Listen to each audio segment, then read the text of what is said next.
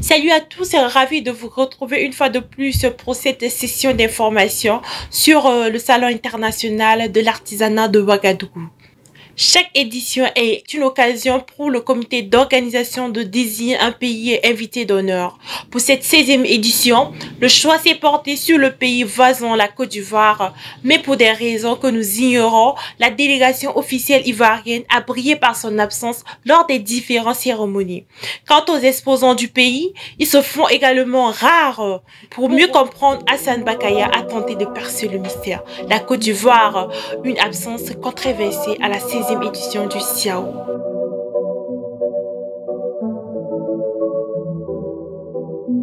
Le grand absent de la 16e édition du SIAO, c'est sans doute le pays invité d'honneur, la Côte d'Ivoire.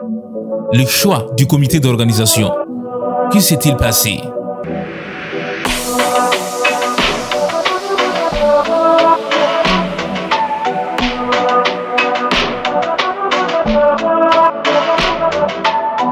Pourtant, jusqu'au jour de la cérémonie d'ouverture, aucune notification de la part de la partie ivoirienne ne présageait une absence. Du côté des autorités burkinabées, pour ne pas alimenter les débats, le comité d'organisation a purgé les discours de toute allusion à ce pays invité d'honneur. Le constat est amer. Un faux bond, sans aucune explication de la part de la Côte d'Ivoire.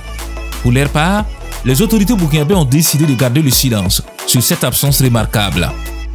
Nous parlons là de l'absence de la délégation officielle ivoirienne.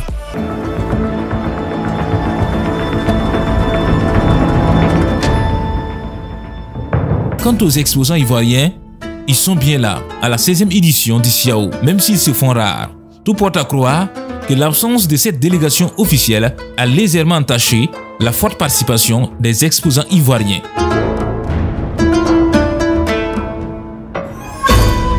Comme ici par exemple, toute une allée dédiée aux exposants ivoiriens sont restées vides.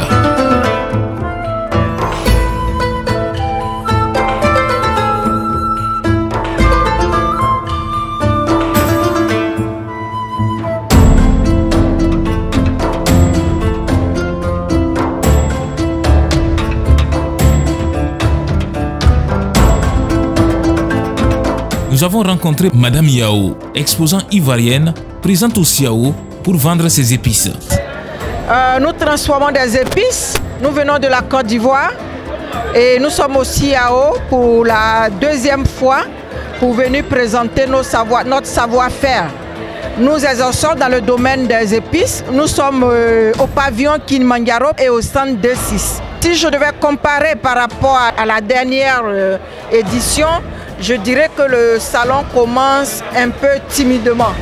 Mais nous avons foi que les choses vont s'améliorer, que la presse que vous êtes, vous allez relayer l'information pour qu'on ait un peu plus de visiteurs. Nous faisons des mélanges d'épices, des marinades, des produits naturels bio que nous proposons.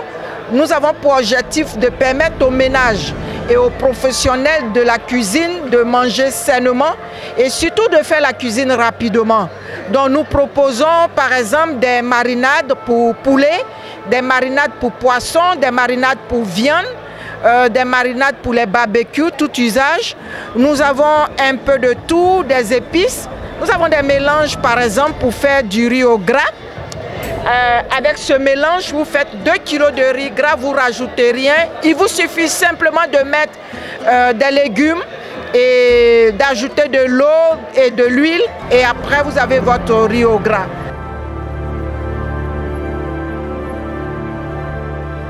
La question de l'absence de la délégation officielle est un sujet tabou pour les exposants. Lorsque nous abordons le sujet, le ton change immédiatement et on peine à trouver les mots. Oui,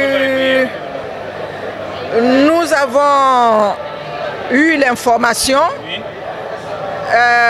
mais je pense que vous êtes les bien placés, voilà, pour nous dire comment est-ce que ça se passe cette coopération.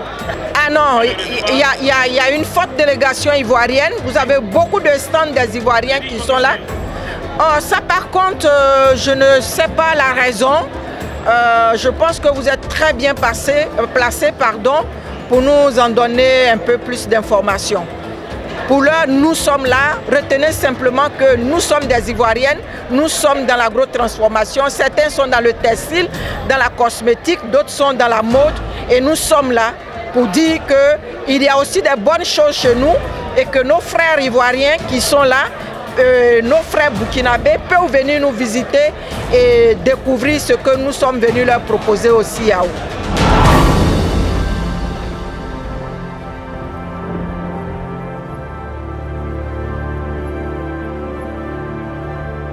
Madame Yao préfère rester dans la généralité pour éviter des écarts de langage.